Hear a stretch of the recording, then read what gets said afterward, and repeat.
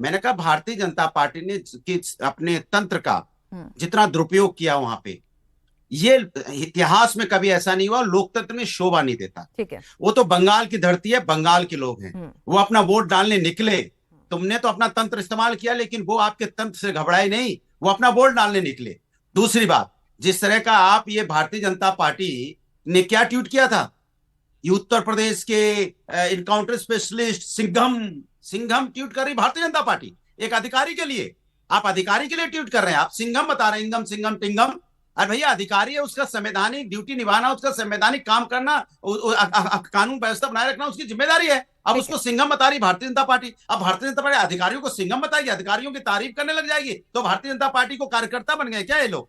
Bharatiya Janata party इतना तो सरकार कह सकती है कि हाँ मैं अधिकारी काम कर रहे हैं, लेकिन अब बीजेपी सिंघम बताने लग जाएगी। इसका इससे क्या साबित होता है? आप क्या दर्शाना चाह रहे हो? आप समाज के अंदर क्या मैसेज? चलिए, आपने कम से कम जो उन्होंने किया, ठीक है, उसकी शिकायत भी कर दीजिएगा आप। लेकिन जो फिलहाल जो भाई शिकायत की जाती है, कोई गलती करने से आप किसी को रोक तो सकते नहीं है। वो गलती कर रहा है तो आप शिकायत कीजिए, कि विकल्प होता है ना। मैंने आपसे क्या कहा, सिंपल सी बात है, आपने कम से कम ये तो माना कि फ्री एंड फेयर बीजेपी, चलिए बीजेपी का जो तमाम उसने जो अपना सत्ता का दुरुपयोग किया वो कामयाब नहीं हुआ, ये तो माना आपने।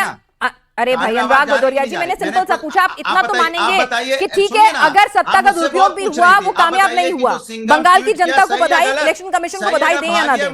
भागे मत, नहीं तो हम अरे भाग कौन रहा है? अपने स्टूडियो में बैठी हूँ और आपका भी फेडर डाउन नहीं करवा रही हूँ, लेकिन मैं आपसे एक इंडिविजुअल बहस में नहीं इंडल्ज करने वाली हूँ, ठीक है? सुनिए ना, अरे भाई सुनिए, मैंने क्या कहा? अगर आपको गलत लगता है, मैंने आपसे सवाल जो पूछा था आप उसको कहीं दाएं बाएं ले जाएंगे, आपको आपके पास पूरी आजादी, आप उसकी कंप्लेन करें। शिवम, अरे कंप्लेन कर दो भाई, मैंने मना थोड़ी किया, मैं जस्टिफाई थोड़ी कर रही हूँ, मैं जस्टिफाई कर रही हूँ। कान खोल के सुनो पहले, कान खोल के सुनो। आप बताइए सही है गलत? मैं जज हूँ, प्लीज स्टॉप डूइंग दिस। मेरे साथ नहीं अनुराग जी। शिवम जी, सिंपल सी बात है कि यहाँ पर सीधे सीधे बात है कि फ्री एंड फेयर इलेक्शन, ना तो इस बार आप भी ये नहीं कह सकते हैं कि कल को अगर ये नंबर आपके हक में नहीं आते हैं तो आपके पास भी एक्सक्यूज नहीं बच रहा है, क्योंकि ये तो आप मानेंगे कि तमाम एलिगेशन लगे हैं, उसमें 5% कुछ तो होगा, ठीक है, कि भाई ठीक है आपने इतनी डिप्लॉयमेंट कर दी है, आपने इतना सब कुछ कर दिया, आपने ये सब किया, अब कोई एक्सक्यूज नहीं रह जाएगा बीजेपी के पास।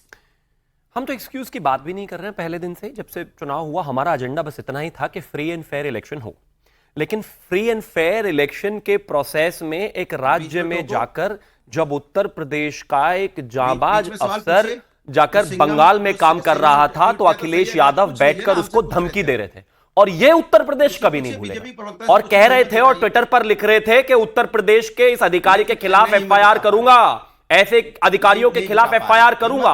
वो वहां लड़ रहा है कि जिंदगियां बचें, और ये उत्तर प्रदेश में बैठकर उत्तर प्रदेश के अधिकारी को, बेटे को गालियां देने में बिल्कुल पीछे नहीं रहे।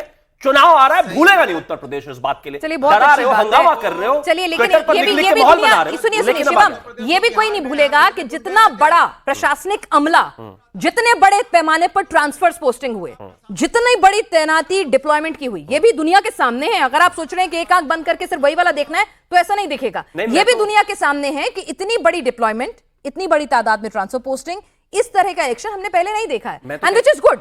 अगर फ्री एंड फेयर इलेक्शन होता है तो कोई दिक्कत नहीं है, अगर वोटर टर्नआउट अच्छा है। मैं तो कहता हूं अगर भगवान भोले बाबा का आशीर्वाद हो जाए तो तीसरी भी खोल कर देखो।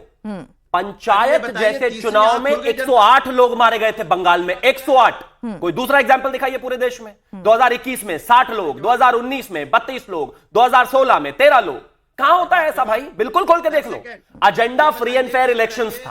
अगर आप चाहते हैं कि इलेक्शन के नाम पे ममता बनर्जी 108 बंगालियों को मार दे सिर्फ पंचायत चुनाव के लिए, तो माफ कीजिए, वो नहीं बर्दाश्त किया जा सकता, और बिल्कुल नहीं किया जाना चाहिए। कोई एक आंख मत बंद करके देखिए, दोनों आंखों से देखिए, तीनों आंखों से देखिए, और समझिए कि आदमी की जान इन चुनाव से ज्यादा जरूरी है। ममता बनर्जी को, भाईपो को कुर्सी मिले, उससे ज्यादा जरूरी है कि बंगाली जिंदा रहे, और वही इस देश के इलेक्शन कमीशन ने इंस्टॉल किया, फोर्सेस ने इंस्टॉल किया। स्वयं प्रकाश पुरोहित जी, भाई एक बात सुनिए, अगर फोर्सेस आ गई, ठीक है, डिप्लॉयमेंट हो गई, भाई ठीक है, अगर उसके बाद भी अच्छा वोटर टर्नआउट हो गया तो फिर तो अच्छी बात है ना।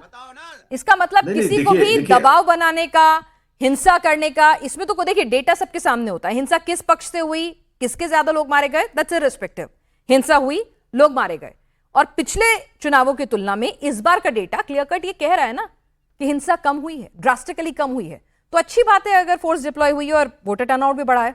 It's a win win situation. आप जो शब्द इस्तेमाल कर रही है बार बार, और टीवी में जितने भी मेरे सज्जन कुमार जी जो एक्सपर्ट है भारतीय जनता पार्टी और समाजवादी पार्टी, आप ये सवाल कर रही है फ्री एंड फेयर। फ्री आप बोल सकती है, अगर जनता ने क्लियर कट वोट दिया है, वो दिया है, ठीक है। डर के मारे भी दिया है। एसआईआर के मुद्दे में डर के मारे कि हमें जो पैसे मिलते हैं, सुविधा मिलती है, तो 2% लोग हो सकता है उसके चलते ज्यादा। अगर पिछले चुनाव में 83%, तो इस चुनाव में 85%। ठीक है।